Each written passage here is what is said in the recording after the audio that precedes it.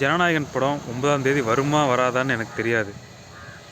ஆனால் வந்தால் நல்லாயிருக்கும். ஆனால் வர விடாமல் தான் நிறையா பேர் பண்ணுவானுங்கன்னு நினைக்கிறேன். ஏன்னா விஜய்க்கு அரசியலில் மறைமுகமாகவும் நேரடியாகவும் அவரை சுற்றி வெறும் எதிரிகள் மட்டும்தான் இருக்காங்க.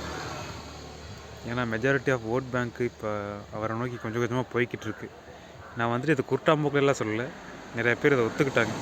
ஏன்னா இதுக்கு முன்னாடி கமல் சாரும் வந்துட்டு அரசியலுக்கு வரதா சொல்லிட்டு இருந்தாங்க. ஆனால் அவர் யாரும் பெருசாக கண்டுக்கல. ஏன்னு சொல்லுங்கள்? பிகாஸ் எம்ஜிஆருக்கும் சிவாஜிக்கும் என்ன நடந்துச்சோ அதுதான். ஆனால் ரஜினி சார் வரல, அது வேறு விஷயம். ஆனால் அவர் கமல் சார் வந்தார், அவர் ஏதோ கொஞ்சம் கொஞ்சம் பண்ணார், அவருக்கு ஒரு ஏதோ பண்ணார், போயிட்டார். அதுக்கப்புறம் சரி ஓகேன்னு சொல்லி போட்டு திமுக அவங்க சேர்த்துக்கிட்டாங்க. ஆனால் விஜய்க்கு நடக்கிறது அப்படி கிடையாது. மெஜாரிட்டி ஆஃப் மக்கள் அவரை நோக்கி படையெடுத்து போயிட்டுருக்காங்க. ஈவன் பெரிய பெரிய கட்சியிலேருந்தும் அவரை செங்கோட்டையன் மாதிரி ஆளுங்கள்லாம் அவரோட கட்சியில் போய் சேர்ந்துக்கிட்டு இருக்காங்க. ஸோ இப்போவே நிறைய பேருக்கு அவர் பார்த்து பயம். 2026 எலெக்ஷனில் என்ன நடக்க போகுதுன்ற ஒரு பயம். இந்த ஜனநாயகன் படமும் ரிலீஸ் ஆயிடுச்சுன்னா விஜயோட வளர்ச்சியை யாரும் தடுக்க முடியாது அப்படின்ற அந்த ஒரு பயத்தில் தான் அவரை முடக்கிறதுக்கு நிறைய பேர் ட்ரை பண்ணுறாங்க. ஆனால் அவர் அதெல்லாம் தாண்டி வந்துடுவார், அது ஒரு விஷயம்.